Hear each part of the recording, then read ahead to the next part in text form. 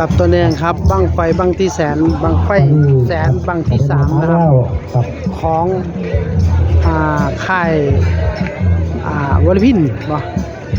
นะครับกำลังขึ้น2บังแรกของค่ายของวัชระนะครับนี่ค่ายนะครับบรรยากาศนะครับกำลังมวลซื้อเลยบังไฟแสน3บังมีบังที่3กำลังขึ้นนะครับชมบรรยากาศของ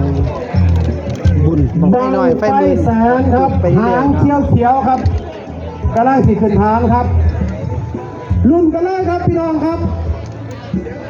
30 60ครับปลาย300ครับรุ่นกันเลยครับรุ่นกันเลยครับช่วยกันเลยโอ้ยกับประกาศตั้มใบละไอ้เงา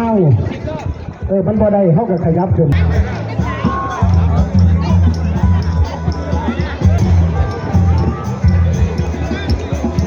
บรรยากาศของบุญของไฟบ้านน้องแพรนะครับบุญของไฟยิงไฟแสน5บังใครง่ายใครดังครับ 6บังจุดไปแล้ว2นะครับสายพินครับเป็นผู้สร้างสรรค์ครับทีมงานของครับจากองค์การวชิระจุดไปแล้ว2บังนะไฟแสนราคานี้ของตำบลบ้านดงวรพินนะครับมาลุ้นกันว่าจะขึ้นสูงห้ามกันเลย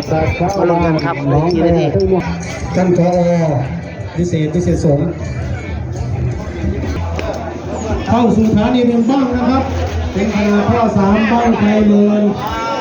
ประเภทพื้นที่การเกษตรนะเขต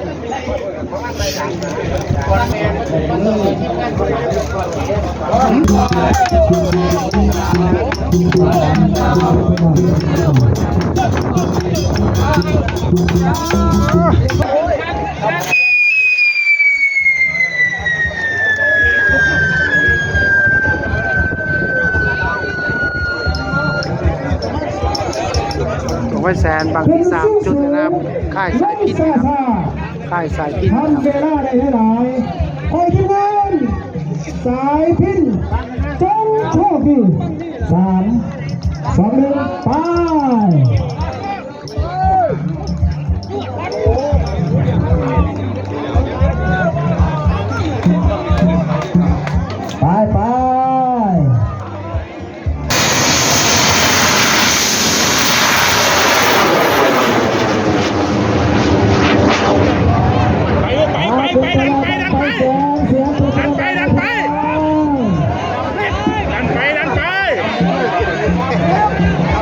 สายแรกไฟแสนนะครับเบิ่งจักนาที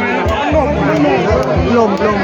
อาลาดไว้เป็นไปยืดพี่น้องต้องไปแสนไปแล้วต้องไปแสนโซ่ยาวเก็บไปเด้อต้องไปแสนเริ่มกระซ่าลงขึ้นดีเราเบิ่งจักนาทีสิเร็วกันครับอันนี้คืออาจารย์ติดตัวบอกไปแสนเอาไปดูกันดีนะพี่น้องพุทธกลับบ้านของเราการสายพินพี่น้อง200ก็ผ่านไปมันถึงจะของลงมาแต่ว่าประเภทหางเนี่ยไม่ได้บางทีดอกพี่น้องเบาดีแต่มันถึงจะของลงมาเด้อบางไฟถึงจะของลงมาระดับองศาละพี่น้องจ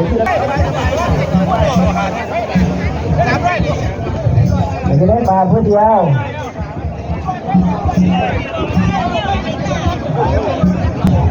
เดี๋ยวแม่ลงมาเนี่ย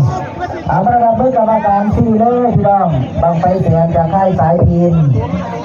อาจจะมาลงนาทานเลยพี่น้องหายเป็นไปนี่พี่น้องเรื่องแม่ลงมาแล้วก็เป็นไปต้องเป็นไปพี่น้องบางไฟแสน300ก็ผ่านไปมีน้ำใจพี่น้องมีน้ำกัน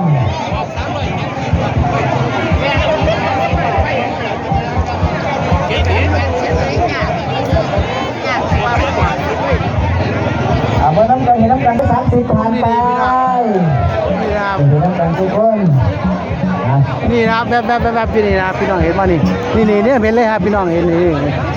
แบบ 140ก็ผ่านไป นี่แบบนะครับนะครับนี่ ทั้งสอ เป็ ง นลูก พี่น้อง หัว ส เนี่ย บายๆพี่น้อง นี่ครับเห็นเลยเนี่ยพี่น้องนี่ ลุ้นกันครับพี่น้องถอยครับถอย เห็นเลยพี่น้องเห็นนะครับ ตู้ครับ50 ครับพี่น้อง นี่แบบอยู่นี่ครับนี่ เดี๋ยวพี่น้องให้น้องไปตั้งนี่น้องก่อนพี่น้องเป็นต้องแดงอยู่ นี่ครับนี่แรกเห็นยัง ยังทำไม่ได้น้องไปแสน รับไปไม่แล้วครับ ประมาณ70พัน โอเคนะครับ เบิ้งเวลาเท่าไหร่ ยัง เนี่ย ได้อยู่ได้แล้วไปบ้างไปแสน380วินาทีบ้างไปแสนมาเป็นนาทีบ้างไป ครับ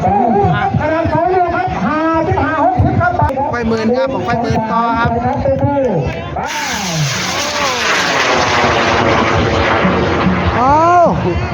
ไปจะตั้งกันเถอะโอ้ อยากไปงานในตัวปูเด้อ